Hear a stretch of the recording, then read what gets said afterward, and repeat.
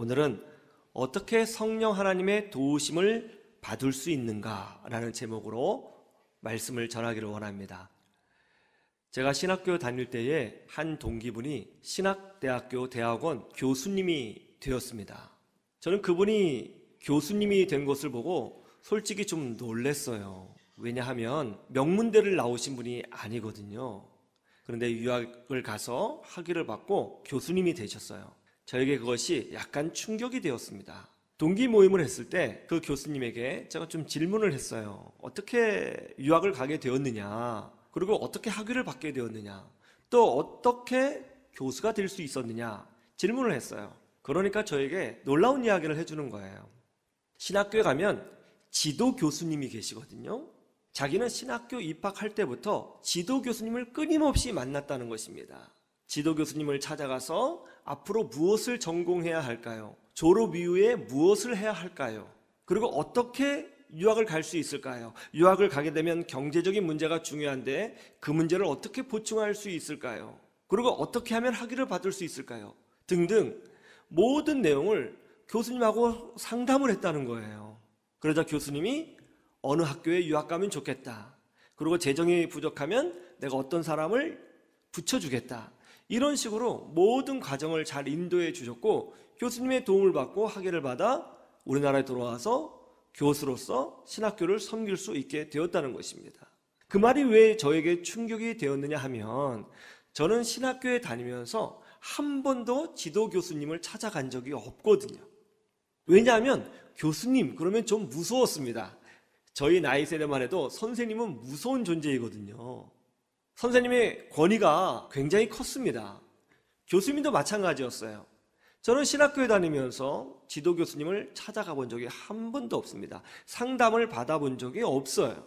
그런데 그 친구는 지도 교수님의 상담을 잘 받고 정말 자기가 원하던 꿈을 이룰 수 있었던 것이죠.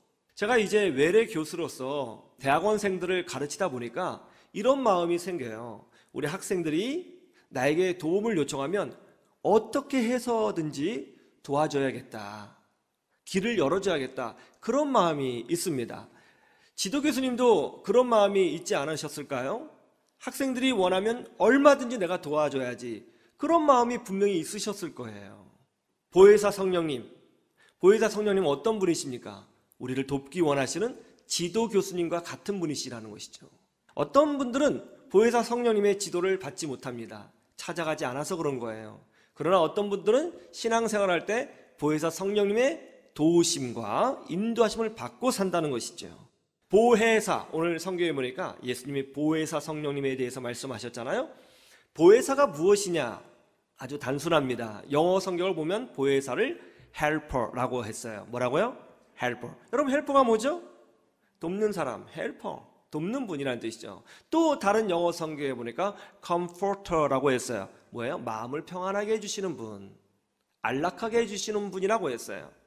보혜사라는 단어를 그리스 원어 성경에 보니까 예수님이 말씀하신 그 단어의 본래 의미를 보니까 파라클레이토스라고 되어 있습니다. 여기서 파라라고 하는 것은 그리스어의 전치사예요. 뜻은 옆에서, 가까이라는 뜻이에요. 클레이토스는 뭐냐면 돕는 분이라는 뜻입니다. 그러니까 파라클레이토스, 무슨 뜻이겠어요? 가까이서 나를 돕는 분이라는 뜻인 거예요. 그러니까 성령님이 어떤 분이시냐 하면 가까이서 나를 도와주시는 분이시라는 것이죠. 이 파라클레이토스라는 단어가 또 성경에 나오는 곳이 있는데 어디냐면 요한일서 2장 1절입니다.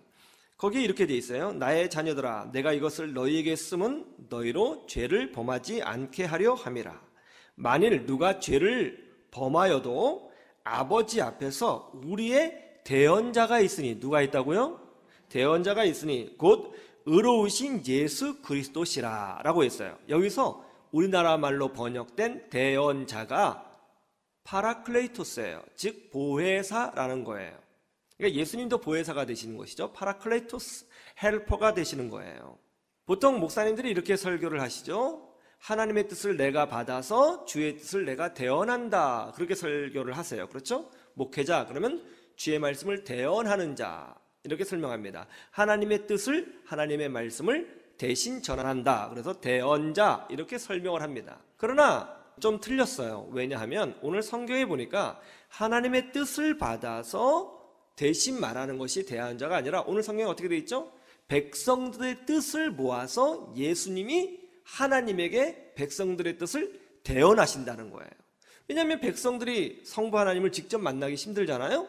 그러니까 예수님이 백성들의 뜻과 연약함을 받아서 성도들의 뜻을 받아서 하나님에게 대신 전한다. 그래서 대언자예요. 그리고 성도들의 죄를 용서해 주기 위해서, 성도들의 삶을 보호하기 위해서 성도들의 기도 제목을 가지고 하나님 앞에 대신 전해주시는 분, 대언자이기 때문에 곧 헬퍼가 되고 컴포터가 되는 거예요. 대언의 뜻을 아시겠죠? 보통 우리나라 사람들은 대언자 그러면 위에서 받아서 밑으로 말하는 것으로 생각하는데 그것이 아니라 백성들의 뜻을 모아서 하나님에게 올려주는 분이 대언자인 거예요. 그 일을 하실 수 있는 분은 누구예요? 예수님밖에 없으신 것이죠. 그래서 이 보혜사 성령님은 그런 역할을 하시는 분이신데, 이 보혜사 성령님은 또 어떤 분이냐? 성경에 보니까 진리의 영이라고 그랬어요. 그래도 눈에 볼 수 없습니다. 여러분, 영을 눈으로 볼 수 있어요? 없어요? 볼 수 없는 것이죠. 그리고 어디 계신다고 그래요? 우리 안에 내주하신다고 되어 있습니다. 여러분, 예수님을 믿으면 어떻게 돼요? 그 안에 성령님이 함께 하시는 것입니다. 이게 세상의 종교와 기독교의 획을 짓는 큰 차이가 되는 것이죠. 우리는 종교적인 열심으로 하나님을 섬기는 자가 아닙니다. 예수님을 진심으로 믿게 되면 우리 안에는 우리가 거부할 수 없는 성령 하나님이 들어와 계세요. 그것을 우리는 보통 성령의 내주하심이라고 그래요. 성령님이 들어와 계십니다. 여러분, 우리는 성령님과 동행하는 사람인 것입니다. 믿으시기를 주님의 이름으로 축원합니다. 그래서 성령님이 우리 안에 계셔서 우리의 생각과 감성과 양심을 흔드셔서 우리로 하여금 좋은 길로 가게 하시고 복된 길로 가게 하시고 하나님의 은혜를 덧입는 길로 가도록 도우시는 거예요. 성령님은 우리를 도와주시고 길을 열어주시고 또 하나님의 축복을 받을 수 있는 길을 알려주시는 것입니다. 성령님은 마치 지도교수님과 같은 분이시죠. 그런데 훨씬 더 가깝죠. 우리 안에 계시니까요. 훨씬 더 가깝습니다. 저는 지도교수님을 찾아가지 않았습니다. 그래서 많은 유익을 놓쳤어요.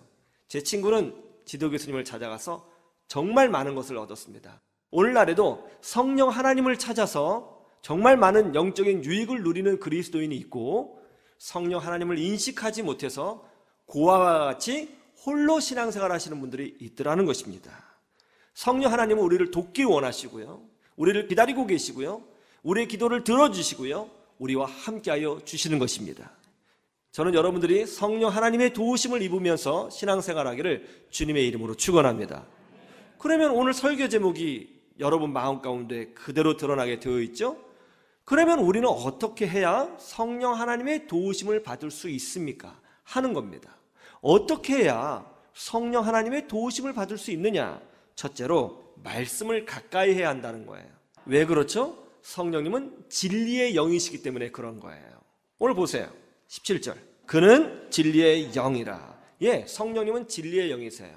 여러분, 진리가 무엇입니까? 진리는 바로 예수 그리스도이시죠. 진리의 핵심이 뭐라고 그랬죠? 진리의 핵심은 변하지 않는 것이라고 했어요. 시대를 따라 변하는 것은 진리가 아닙니다. 진리는 절대로 변하지 않아요. 그래서 구원받는 방법도 변하지 않아요. 진리이기 때문에 그래요.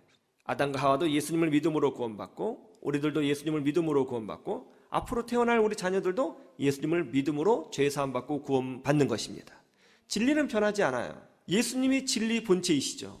그런데 왜 예수님이 진리 본체이시죠? 예, 성경 말씀을 말씀하신 분이 바로 예수님이시거든요. 예수님이 하나님이시거든요.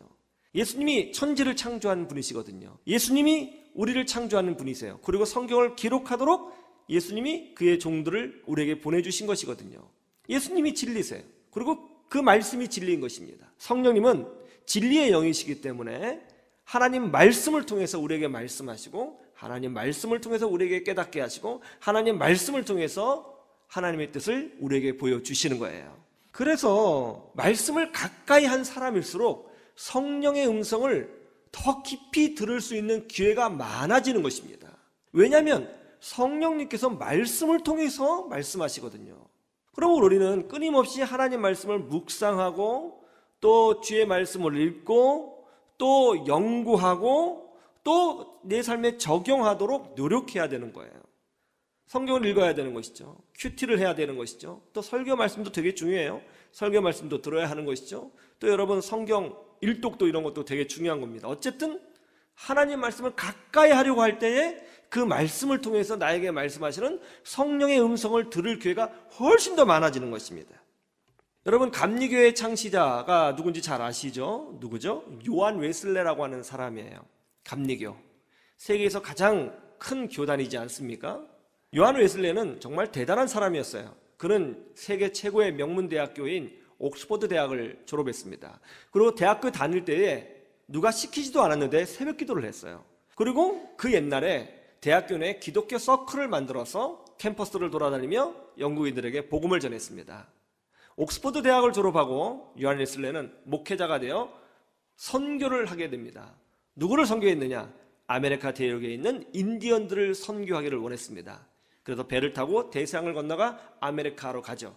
미국에 가서 인디언들에게 복음을 전했어요. 아주 열정적으로 복음을 전했습니다. 그런데 웬일이에요? 어느 누구도 요한 웨슬레가 전한 복음을 받아들이지 않았어요. 오히려 요한 웨슬레를 조롱했습니다. 선교에 실패했어요. 그뿐만이 아니에요. 요한 웨슬레 목사님은 선교지인 미국 대륙에서 어떤 미망인과 안 좋은 스캔들에 휘말리게 되었습니다. 목회자로서 완전 실패하게 된 것이죠. 그래서 요한 웨슬레는 도망치듯이 미 대륙을 빠져나와 다시 배를 타고 대서양을 건너 영국으로 건너오게 된 것입니다. 그런데 여러분 대서양은요 굉장히 무서운 바다예요. 대서양의 풍랑은 정말 무섭습니다. 그래서 미국 사람들은 대서양은 무서운 바다고 태평양은 착한 바다라고 생각을 해요. 아주 바람이 강하고 배가 많이 침몰하는 그런 바다가 바로 대서양이죠. 그 대서양을 건너오는데 풍랑이 일었습니다. 배가 뒤집어질 것 같았어요. 요한 웨슬레 목사님은 너무나 무서워서 배 밑창에 들어가서 벌벌벌 떨었습니다. 그런데 어디선가 찬송 소리가 들리는 거예요. 믿음이 이기네, 믿음이 이기네, 주 예수를 믿음이 온 세상 이기네. 아니 이 풍랑 속에서 누가 찬양을 한단 말인가? 요한 웨슬레 목사님이 난간에 의지하여 이제 가판 위로 올라왔어요. 그랬더니 모라비안 교도들, 모라비안 크리스찬들이 배가 막 흔들리잖아요. 그 위에서 서로의 손을 꽉 잡고 막 파도가 들이치는데 거기서 주님을 막 찬양하는 거예요. 그 요한 웨슬레 목사님이 너무 놀랐습니다. 당신들 미쳤습니까? 지금 이런 상황에서 어떻게 찬양을 부릅니까? 당신들 죽을 수도 있어요. 그랬더니 그 모라비안 교도들이 놀라운 말을 하죠. 형제님, 지금 하나님이 바로 우리와 함께하고 계시는 것이 안 보입니까? 성령님이 지금 여기 계신 것이 안 보입니까? 전혀 두렵지 않습니다. 형제님도 같이 찬양하시죠. 그 모습에 충격을 받았어요.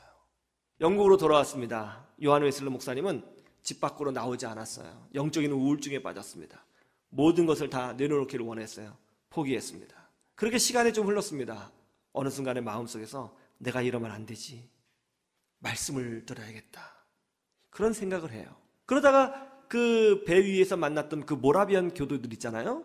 그분들을 생각해내고 그분들이 모여서 예배하는 그 교회를 찾아가게 됩니다. 주일날 밤이었습니다. 예배당 문을 열고 맨 뒷자리에 앉아서 예배를 드렸습니다. 그때 목사님이 로마서 말씀을 가지고 하나님 말씀을 선포했어요.